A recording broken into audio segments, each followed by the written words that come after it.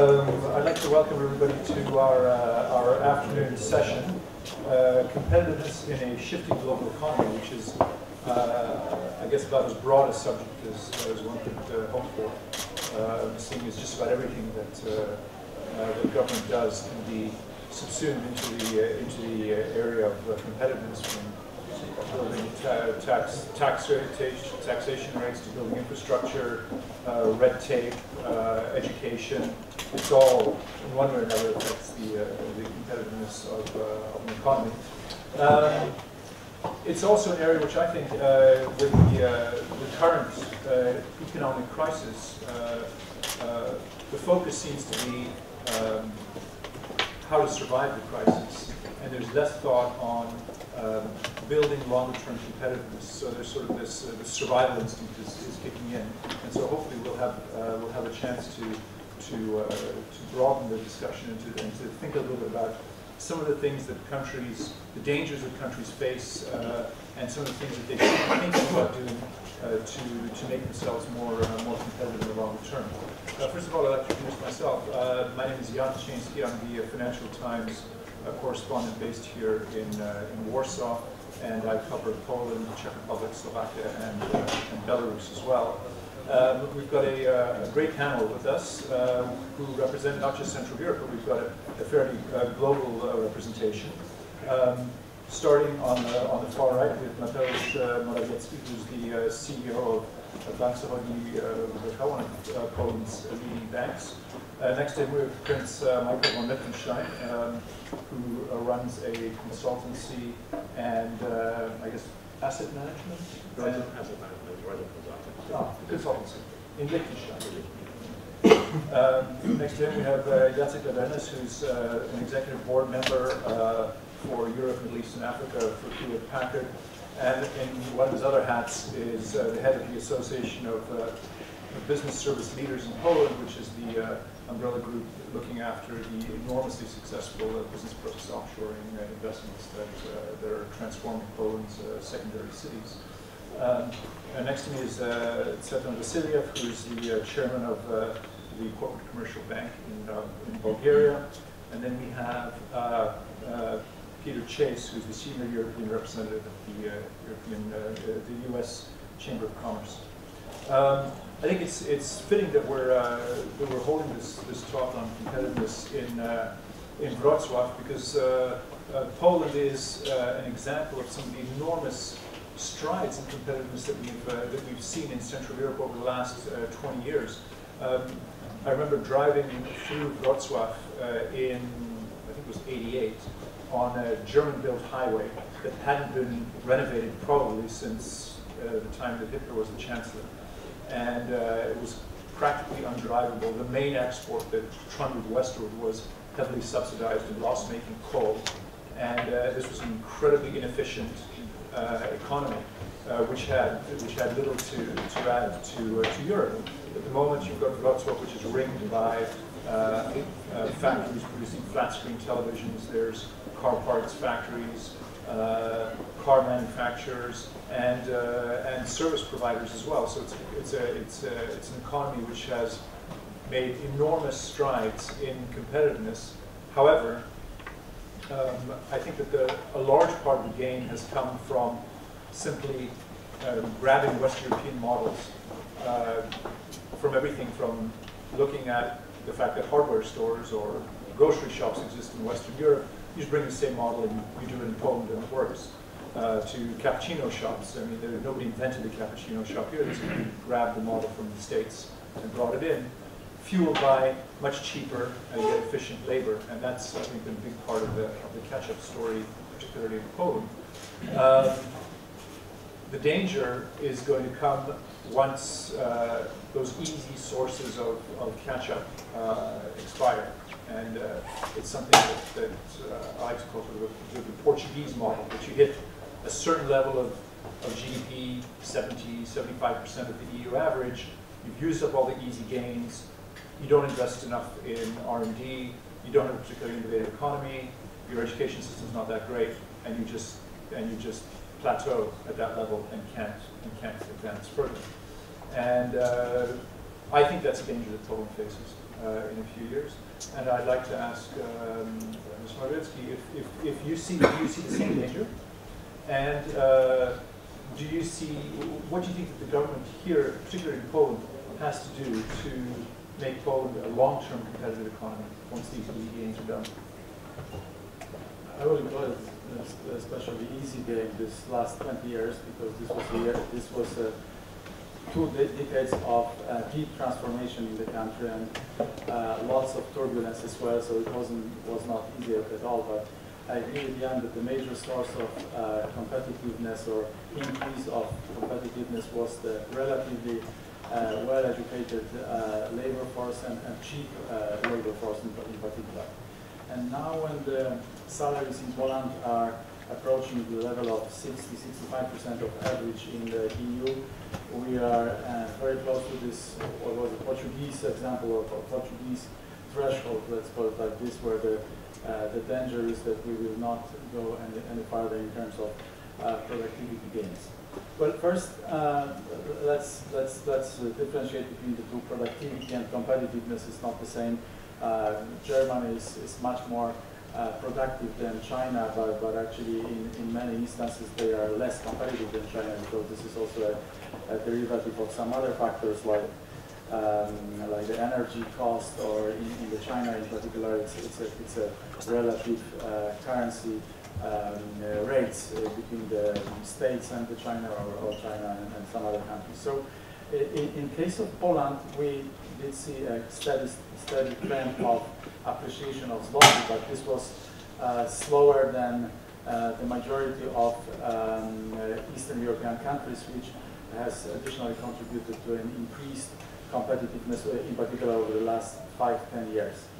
So where to from here? We could ask how to develop Poland over the next 10 or 20 years.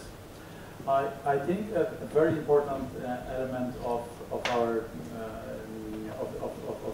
further increase of competitiveness would be increase of the level of quality of our infrastructure. Infrastructure in a broader sense. Infrastructure is such a blockage, such an obstacle to further development in Poland that by freeing this, I can imagine that this will be a very important ingredient of further increase of productivity. Just a very loose example. Poland has a relatively big population of farmers still, let's say 15%. 13% officially work in the farming industry, producing only 3% of GDP. So if infrastructure is better, so many more people could be traveling from rural areas to the bigger cities, contributing to the growth, further growth. Then another element which I think is very optimistic is changes on the landscape of energy cost.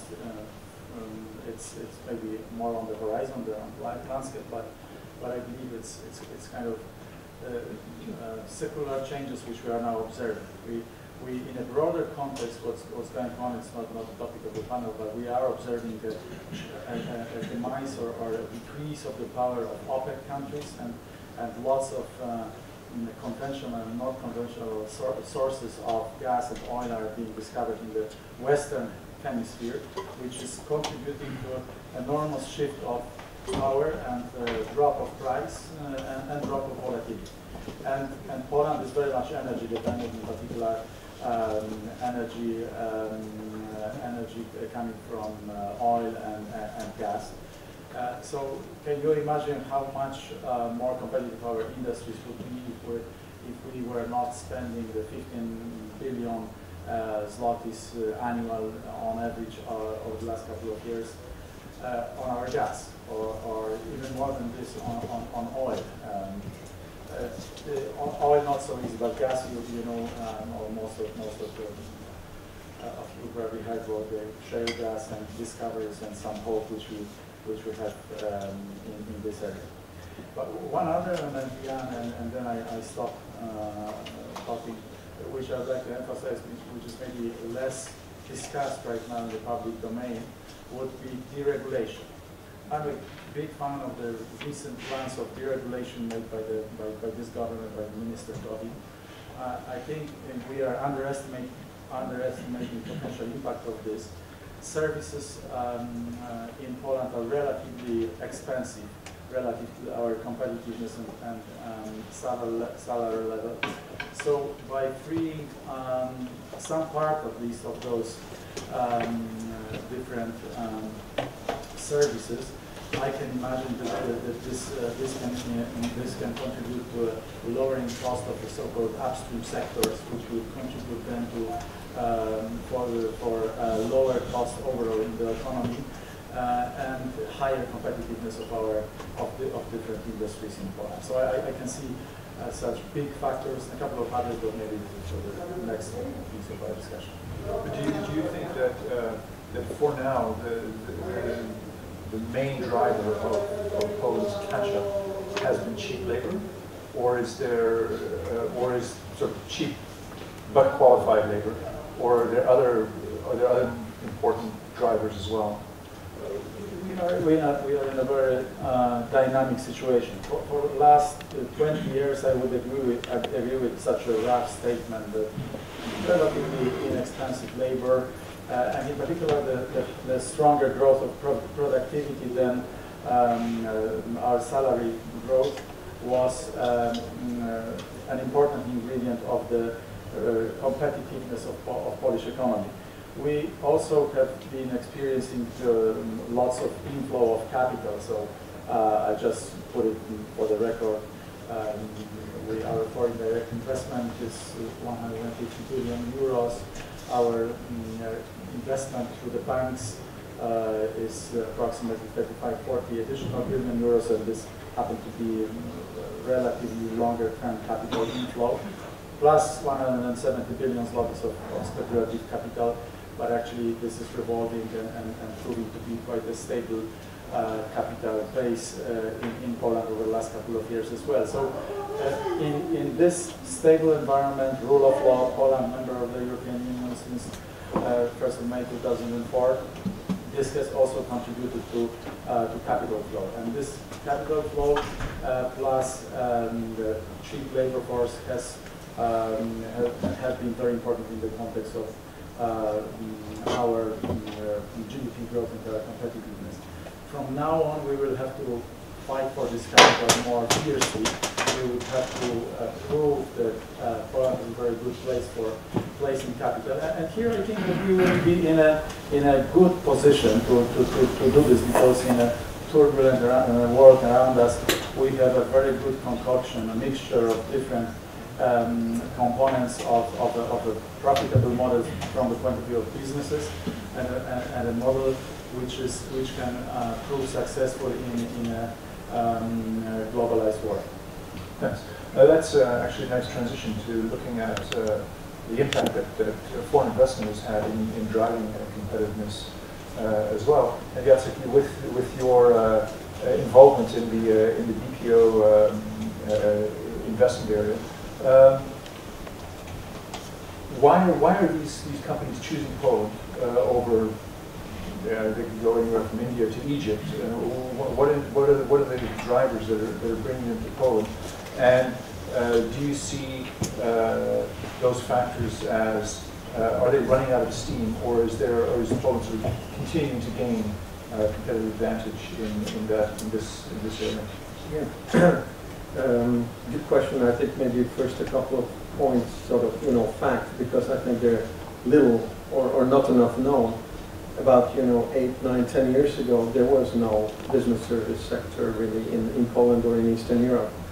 What we say by business services, these are services like IT, finance, HR, procurement, all of those that are done either internally for a company or to external other companies.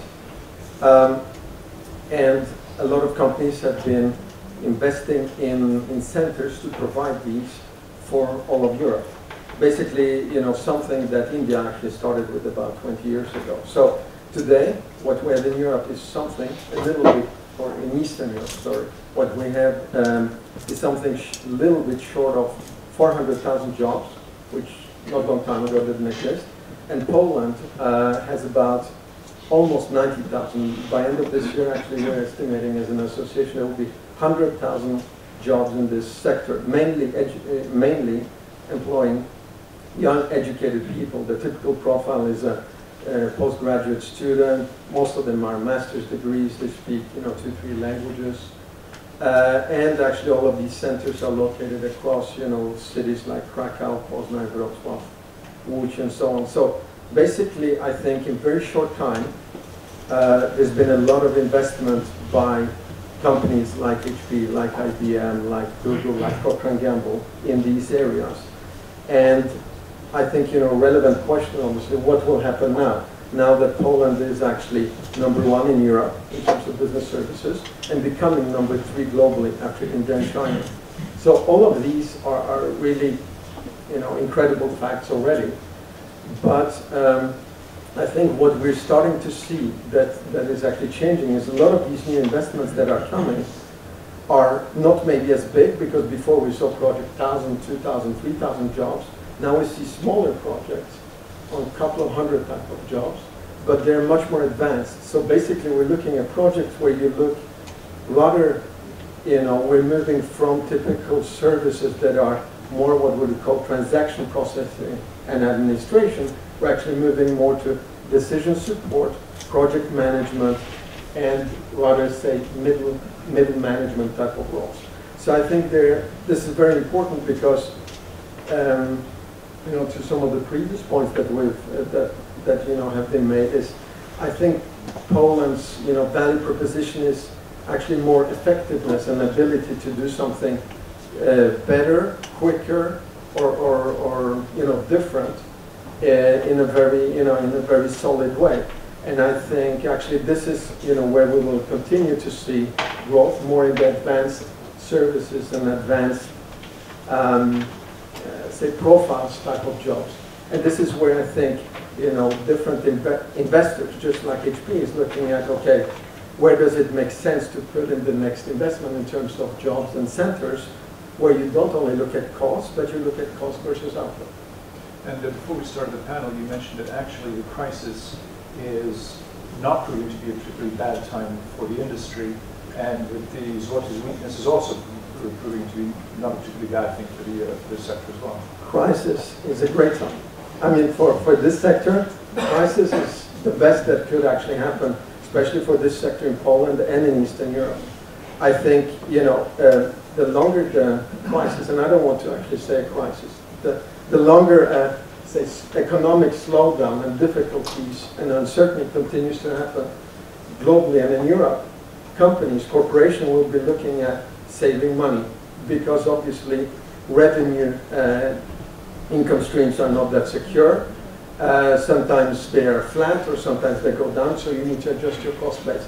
And this is one of the easiest ways to actually figure out how to adjust your cost base to continue being a sound business. So I think what we see is continued. I think there's been a lot of announcement recently. We have heard about companies like Bayer, like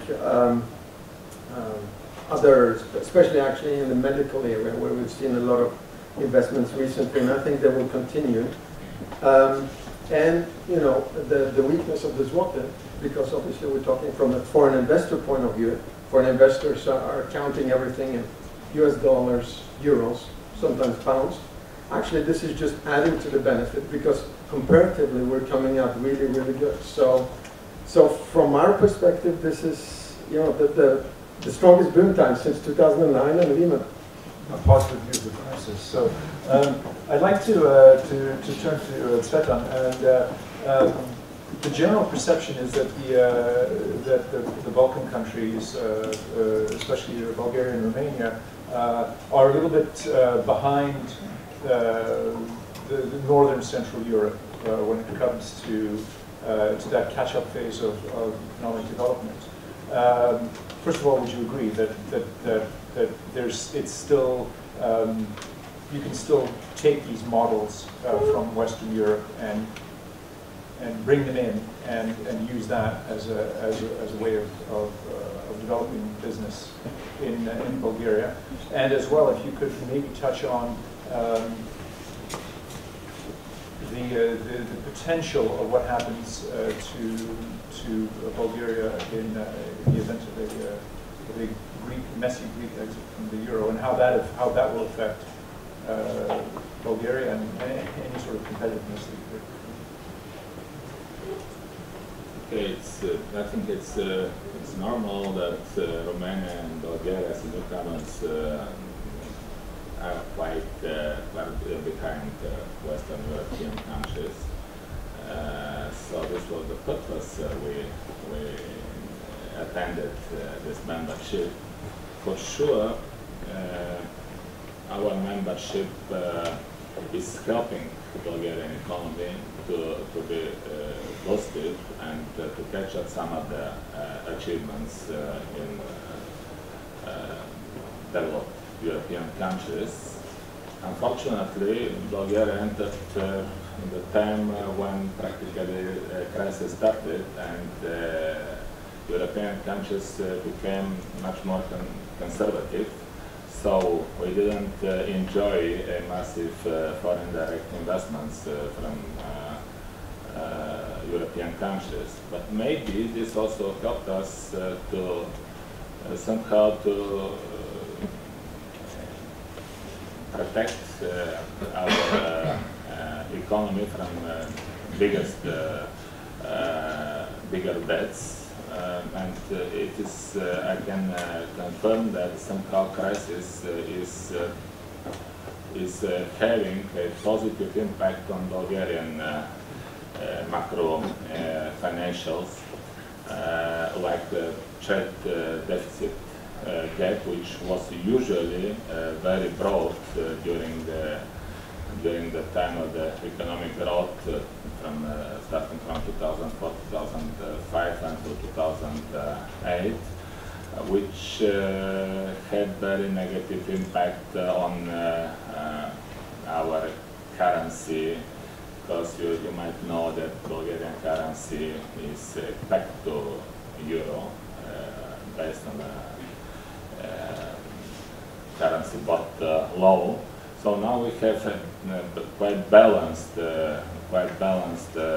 situation on currency market, but still the problems of Bulgarian economy is very low local demand, and we are trying to improve this by attracting investments into mostly export-oriented sectors.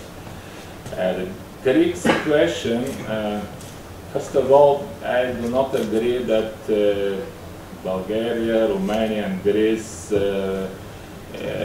must be put in one basket because they are on the Balkan Peninsula.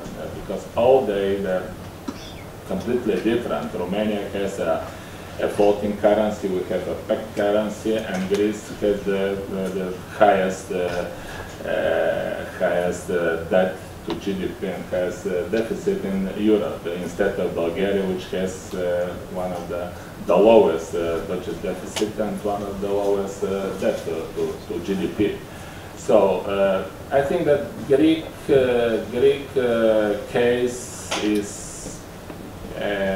can of course affect Bulgaria, especially if Greece will go out from Eurozone. Because we are expecting then devaluation of the local currency by significant percentage, like 60 to 80, which can affect negatively Bulgarian export, which is not so high. The percentage of Bulgarian export to Greece is around 7%. Romania is even less, it's 1%.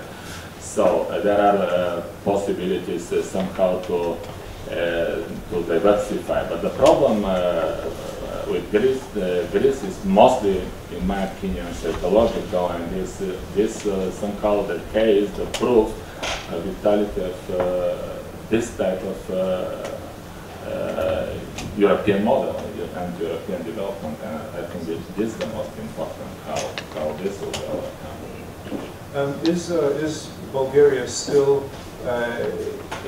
using that model of what we talked about in Poland, that you have relatively cheap but well-educated workforce. And yeah, so first of all, that is that the big driver of Bulgarian growth? This is one of the biggest drivers, despite the fact that more than 1 million of well-educated people left during the early 90s. So this affected negatively Bulgarian economy. I still think that Bulgarian model is quite stable because of the very low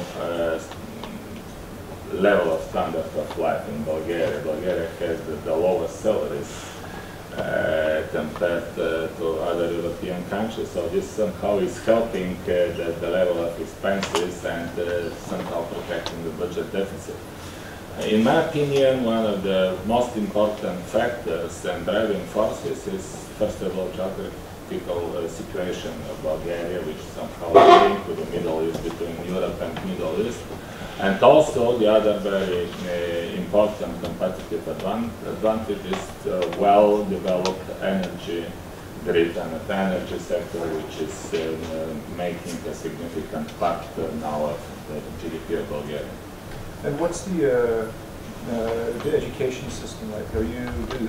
One of Poland's big problems is that it spends very little money on research and development, and that there's issues with the quality of higher education, that the school system is fairly good, but the higher education is not great.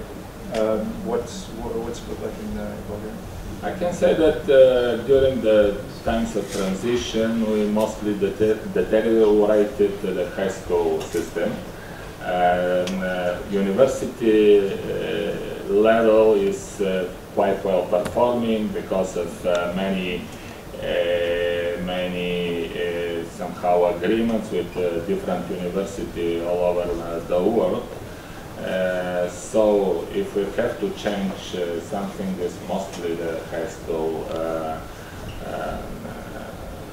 let's say, level of education. Thanks very much. Seeing as we've got a couple of panel members with a sort of broader geographical reach, I'd like to ask a slightly wider competitiveness question. And for Prince Michael, in the event of a broader catastrophe in the Eurozone, where you end up with a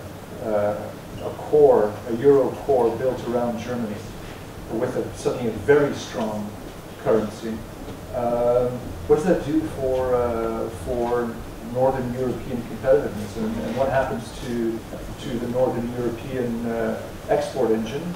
And I guess does that actually have potential benefits, as Jacek was saying, for Central Europe, that you might see even more diversion of industrial production and other services to cheaper Central Europe, which wouldn't be part of this stronger currency? Yeah, when I heard your question about the competitiveness and what happens if, I was first a bit worried, and I thought maybe I should go to a lady with the tarot cards, etc.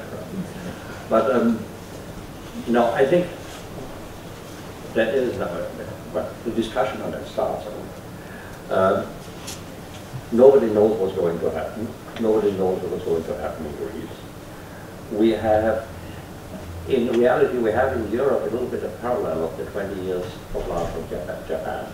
Japan, they didn't address the problem really. They just did here a little bit and here a little bit. And we are doing that in Europe too. But that's a bit exacerbated because we have now maybe a situation of non-governability, which becomes worse as the crisis advances. And it actually should be right. So I think everything can happen.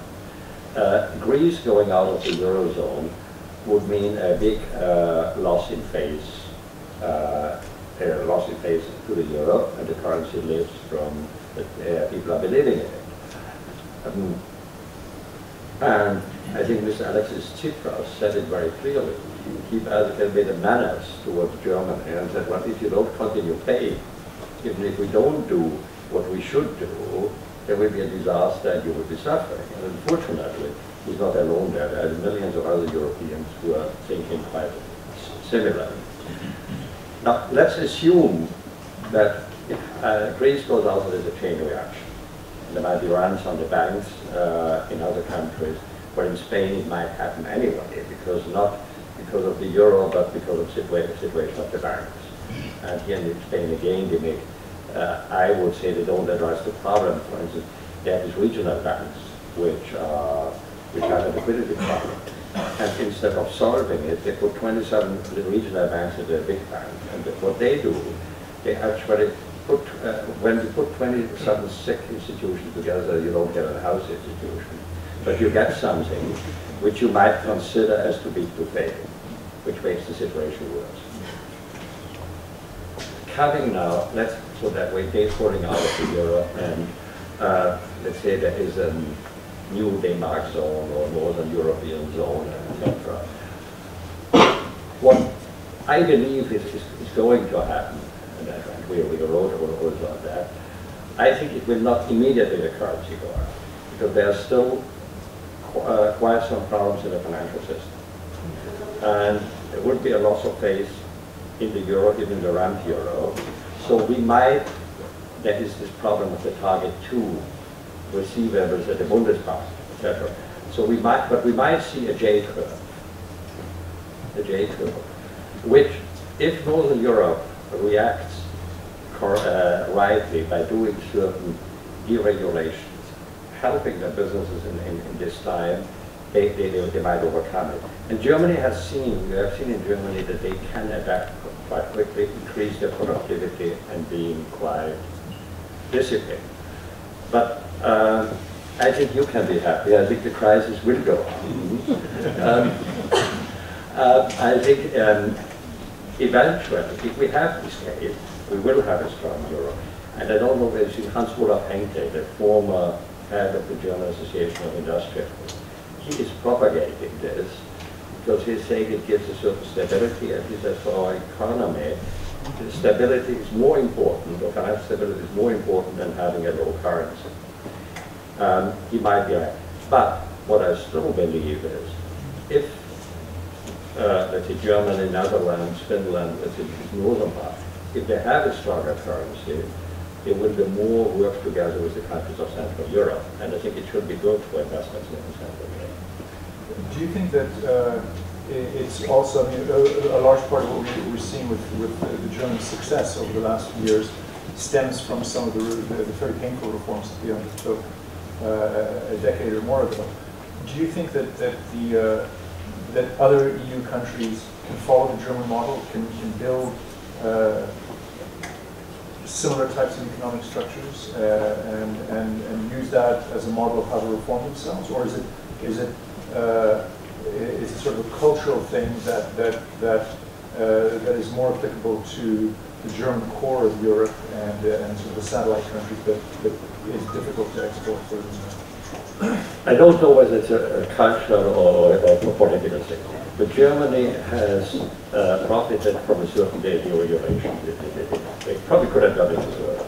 And there's still room for deregulating, which is actually good for the Germans. Now, in theory, you would say, and for instance, France recognizes the German as a model, but they don't want to go this way. The last elections have shown that. And France doesn't want to go this way. And I don't think that most of the Southern European countries want to go this way. So I'm a little bit pessimistic. I guess Peter probably has the broadest view, seeing as U.S. Chamber of Commerce and in Europe, so you've got a view of the two economies. The classic definition of the rising threat or the rising challenge is China and rising Asia. Do you have a sense that of the U.S. and the Eurozone, are they making themselves more competitive? Are they able to handle this sort of a challenge, or is industrial production, with a few exceptions like what's happening in Germany, essentially moving to Asia? Wait, I think I could have fun with this. However, I'm not sure you're all ready for lectures. Just very quickly, a couple things come to mind. The first is sometimes people, just as the first comment was productivity does not equal competitiveness, sometimes we have to be thinking about that. It's hard for me to think of countries being competitive, per se. Firms are competitive, not countries. And another thing is that there is a difference between competitiveness or productivity and jobs.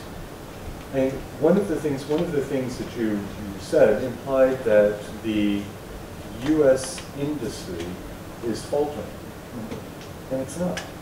I mean, there's this image, including in the United States, that the United States economy, our industrial sector, is dead. Well, it's not. It's still the largest in the world, significantly still bigger. I think it was 21% or 15% of global industrial output between the United States and China. But what confuses people is that they want to boost manufacturing. A lot of people talk, including in Germany, about boosting manufacturing because they want to boost jobs. And it's because of the productivity equation that that's not how it works. Our manufacturing employment in the United States peaked in 1979. It's gone from 19 million to 13 million since. Actually, at the recession, it's down to 11 million. While our manufacturing output, the value of our manufacturing output, went up consistently during that period, and is still going up. And so there's been a shift of the nature of the manufacturing, the value added of the manufacturing, what it does because of increases in productivity, which you would say reflects an increase in competitiveness. China is not a quote-unquote threat in that sense. I've seen China and China's growth as a real opportunity, and certainly countries like Germany have taken advantage of it. But what Prince Michael just said, I think, is a very important point that I'd like to mention, and it goes also directly to the Poland issue. In the United States, well, maybe I should say, between the United States and Europe, there's a huge gap in per capita income. That gap, the United States is maybe 10,000 euros bigger in a per capita sense. That gap largely reflects a difference in productivity. That difference in productivity is largely in the services sector. And this is why what you were saying, Jacek, about the growth in this business services sector in Poland is so important. Because the services sector has been the source of jobs in Europe for a long time. It has been, but it is still the weakest part of the economy. In the sense of, I shouldn't say weakest part, I should say there's more room for growth in the services sector, including in Germany. There are tremendous barriers, regulatory barriers, again getting to something that Jacek said, on land use, on labor, and things like that, where you could grow Germany even faster than it's growing now, because it's in a way biased towards manufacturing, high quality manufacturing, but there's more growth there. And I think a lot of people, when they talk about the need for a growth agenda in Europe, actually it should be an agenda that's focused to some extent on how to boost that services sector, not just the business services, but also local services and retail and things like that, because that's also where you'll build jobs. And which gets me to my last point, and that's something that I think about quite a lot in the debate that I hear, particularly in Brussels, about the growth agenda here, is that people seem to think that growth comes from governments. It doesn't. It comes from the private sector. And particularly with governments being strapped for funds, you could do a lot. Greece is a case in point. The government employs a large number of the Greeks. There was a wonderful study done about the Greek economy. It was done, the Greek government asked it to be done, It was done over a year by McKinsey. It came out in September of last year. And the basic thesis of the study was that the government had so screwed up the way the private sector operates that Greece was performing so far below its potential that it actually had quite a good growth prospect. And there were a number of areas, particularly in the services, but the agro industry and pharmaceuticals industry, where a country like Greece could grow. And I think that this is an important part, and I think that this is one reason why the transformations that have happened in Central Europe have been so important, because they've moved away from government-generated jobs to how do you build the private sector job engine, including not just in the manufacturing sector, but also in the services. And from your perspective of being in Brussels as well, there was this idea, which is not talked about very much anymore because the focus is so much on the crisis in the Eurozone, that Central Europe could serve as a model and as sort of redynamize the European model that would show these dynamic, fast-growing more economies and spur more innovation in Western Europe. Do you have a sense that anyone in Brussels is looking at that at all, or is there just a complete focus on crisis management, and there's no sort of long-term growth agenda anymore at all? Right now, in fact, it's crisis management. They do talk about their growth agenda, and they're very pleased about their 2020 plan, because there are lots of 20s in their plans. But you know, that being said, they actually have their finger on a number of the right issues, which is, if you look at the way in which there has been growth in Europe, a large part of it has come from the deregulation, has come from the single market. The single market has been a true success story. It's been a great benefit for Central Europe, and it's a long way from being realized. Again, particularly in the services sector, and they, you know, where government. Well, in any event, I think that there's a lot of growth within Europe by trying to promote more integration and more trade. And if we get back to me, I'd say not only within Europe, but between Europe and the rest of the world, and most particularly the United States. These panels work well if there's audience participation, and seeing as everyone's had a go, maybe we'd open up and see if there's any questions from the floor to the panel.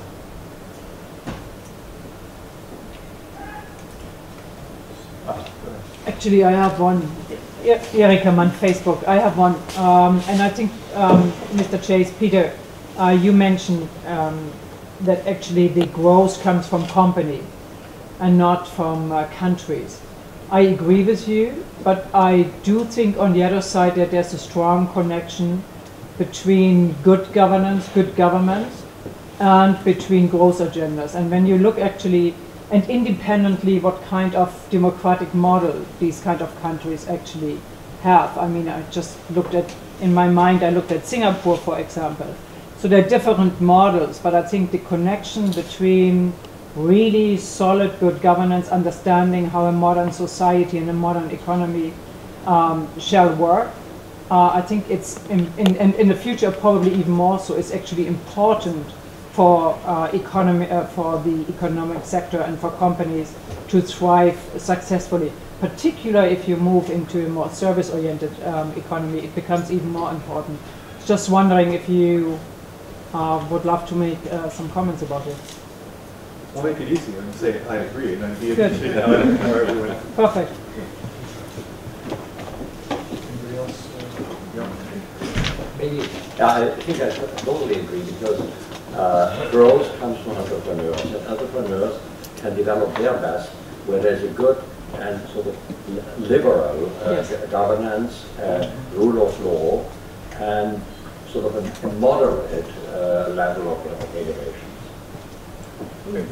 I think just to be a little bit provocative and maybe disagree to some extent, or not maybe disagree, but add additional dimension to this, I'd say that there are, I can see some example of countries which were extremely successful, like Korea, South Korea, of course, or Japan, where the model of development was not particularly, the governance was not particularly the best in the world, and there was a developmental state, a concept, so to say. So there was a strong support of this model. So for a liberal guy like Jan he wouldn't like it what I'm saying, but I would say that in Poland in particular, we should not forget that the country, the state, it has its role.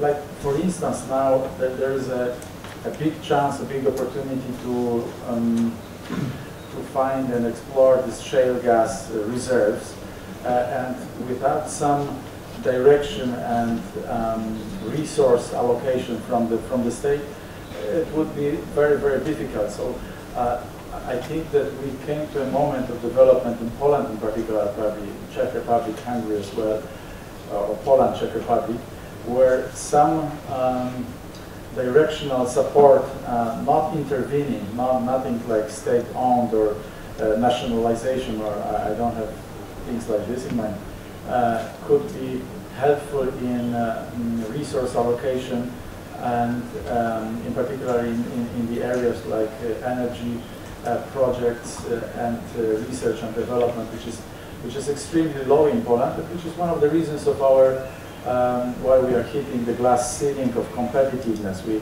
cheap labor, yes, but where is the innovativeness? Where is the next stage of development? And the United States and Germany, these were the countries which were developing for the last 200 years on a linear base, more or less. Poland, those of you who are not so much familiar with the history of Poland, we had a couple of wars and the partition in the 19th century and so on, which was not particularly helpful in our development. Therefore, the funds from the EU are a way of accumulating capital and directing resources, and some directional activity of the state would be helpful here as well. The background music to accompany the town. If there's anybody, yes, exactly. Does anybody have another question? One thing that I'd like to ask about is post-secondary education. This, if you look, the one I'm most familiar with, I guess, is Poland, but I understand that Germany has similar issues. That the universities themselves are coming very low on international rankings. They're not particularly innovative. That the governments have been very reluctant to set up elite institutions, that there tend to be universities for the masses, where the level of quality is not great, and that you don't train the very top level of people who can drive innovation, and that's the top U.S. universities, some of the top British universities, very much fulfill that role. Is that the case when you're hiring, when you're looking for people? Do you run into that the graduates that you're getting are well qualified, that they don't have that top thing that you'd be looking for? I think it all depends, what we're comparing to. I think also we need to look at a little bit what has happened over the last, say, 20 years, right? So I think, especially looking at Poland, I think we have a good, higher education system in terms of theoretical knowledge. We have very good people in terms of PhDs and very strong there. But now looking from a business point of view, obviously what we appreciate is not only good theoreticians but also good practitioners. So basically what we appreciate is people that also understand how you can use some of those different theories, supplemented by, say, you know, understanding business, business cases, and also, for example, for us as hiring, also having soft skills that are necessary. So yes, I think, you know, that there's definitely things that we can do.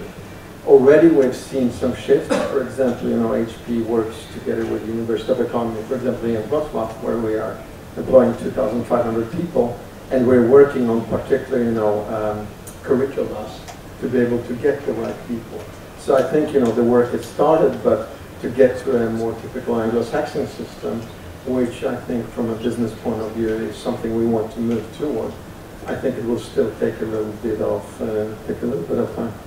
Do you, are the universities and the governments keen to work with you, or is there a resistance and hostility to you coming in and telling them what you're looking for, if that's not what they see their mission as?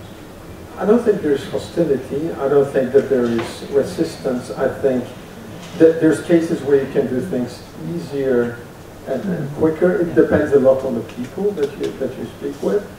But I think it's also the whole structure of and motivation of the whole system, which maybe needs to be rethought, so that you have the right motivation at all levels, from, say, a government level down into the universities and different levels inside the university, to be able to motivate towards moving to a system which is a little bit maybe closer to the business. And do you see the same sort of thing in the Austria-German model of universities? Well, I think they have these very big universities. They have very few elite universities. And I think that is a double problem. There's one problem which I see is, let's say, a misallocation of the education. The general problem is there's too high output, but not on the top level, on people studying things like business administration and law, and there is not enough in science and engineers. That is already a problem. And as there is, I think, so many being put out, that if we take the case of business administration, I'm convinced that the output of the universities in Germany, Austria, and Switzerland, people studying business administration much higher than is really needed. But they are not necessarily on top level. Most people who are on top level, they do then a postgraduate in the world universities. We have a similar problem in Poland, where there's enormous numbers of people graduating with marketing and journalism degrees, which aren't all that useful. That's correct, but also one other example which will only underpin what you just said is that Poland is marks quite high in the rankings on the human capital, or quite recently the team of Polish programmers from Warsaw University was #2 in the world, and this was following a series of similar successes. Yet, from the point of view of the overall educational level of universities and its adaptability to the business and business needs, is Jan, you're right that this is relatively on a low and poor level, and actually it has been preserved from the previous era, from the communist times, and didn't change too much, because Polish universities, unfortunately, is one of the institutions, is one of those institutions which have not been actually undergoing any kind of meaningful transformation. So we are now victims of this post-communist times to some extent as well. Well, then maybe I continue with my positive note in these crisis times. I think, I would actually say, right now we're taking a very black and white view, which is, okay, education is education. We as business, we also educate people. I mean, experience is education. Also, especially in our sector, okay, we talked about what, 90, 100,000 people. Most of them just, after studies, okay, maybe 2 to 5 years of experience. We actually spend really a lot of efforts on educating, young professionals on soft skills, on particular functional areas which are very useful, and actually what we do, because all of these centers that we talk about, they're all European focused. So basically servicing all of Europe. So basically I think what we're getting is a class of specialists, experts, managers, project managers that in 5, maybe 7 years will be able to, one, make their careers in European and US corporations and go up the ranks across Europe. We're already actually sending people. Do you see that you get people Yeah. sent out? Slowly but surely, okay, I cannot say that it's, 500 out of 2,500, but we can talk about people that, have made careers and today that used to work here, but now work in Zurich or Barcelona or other places. So I think actually what we're seeing is when we mix education and business with all of these investments, I think we will see a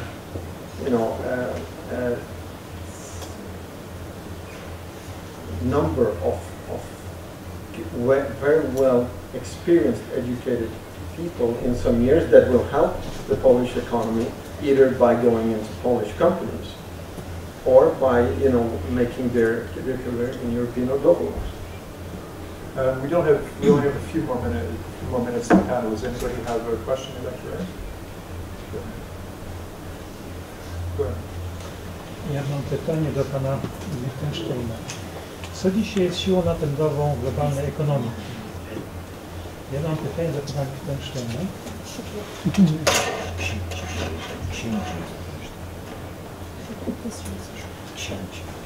Ja mam pytanie do księcia Liechtensteina. Co dzisiaj napędza globalną ekonomikę? Przemysł, finanse czy idee? It's a question. It's a question to you. What are the main drivers of economic growth? Jeszcze raz? Przemysł, finanse czy idee? Industry, finance, or ideas?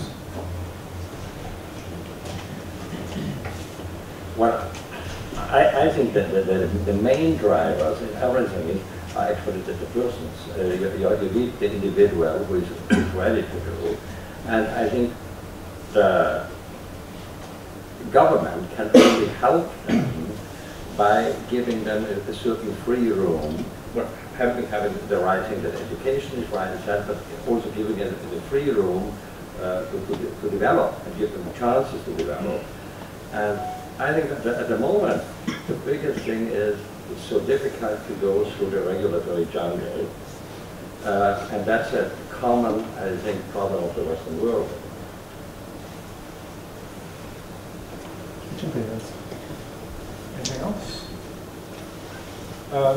I'd like to ask, as we're coming to an end, Tzvetan, the Polish research and development is very low compared to US, Asian, and it's a potential problem for future economic growth. What's it look like in Bulgaria? Does the government or private sector are they spending on R&D? Unfortunately, we have the same situation. We have less than 0.5% of R&D to GDP, and it's times below the European targets. And I'm not talking about what lives in these Asian economies and US. So this is the biggest problem. Bulgarian companies, state-owned and privately owned, they're mostly trying somehow to survive, to manage during the crisis. They can't spend money for research and development. And unfortunately, we have been relying on European funds somehow to help this. But according to our first budget period, we have less than 5% dedicated to the programs related to competitiveness. So I think that during this time, our government did not do a job on the right way, so they paid more attention only on infrastructure, and maybe this is one of the biggest problems also of other southern European countries, having trade deficits, being net importers of raw materials and oil and gas especially, they must put more attention to the innovation, which with the local resources for the time being, unfortunately, is not possible. And foreign investors coming in, do they set up any R&D facilities, or is it tend to be assembly and that sort of thing, and they're not actually doing the very high-end functions in Bulgaria? There are some positive examples, but most of the foreign direct investments went through the banks and have been directed mainly to retail, which didn't help a lot Bulgarian economy during the growth. Maybe can I be positively provocative again? Is that doable? Okay, so actually, a couple of positive words about Bulgaria. Mostly representing HP Europe, we have a lot of different centers, and in Sofia, we are actually employing 4,000 people. And out of these 4,000 people, there's a big piece that is IT programming. So what you had in Bulgaria, I think, from our perspective, is comparatively speaking, per capita basis, we have some very good informaticians, and that's also why we have set up a big, IT center with programmers. So we're very pleased with our Sofia operations. I think we'll grab that positive note and end on that. So the crisis for Central Europe may actually have some benefits, and that the region actually has positive aspects to it as well. So thank you very much to the panel, and thank you very much as well.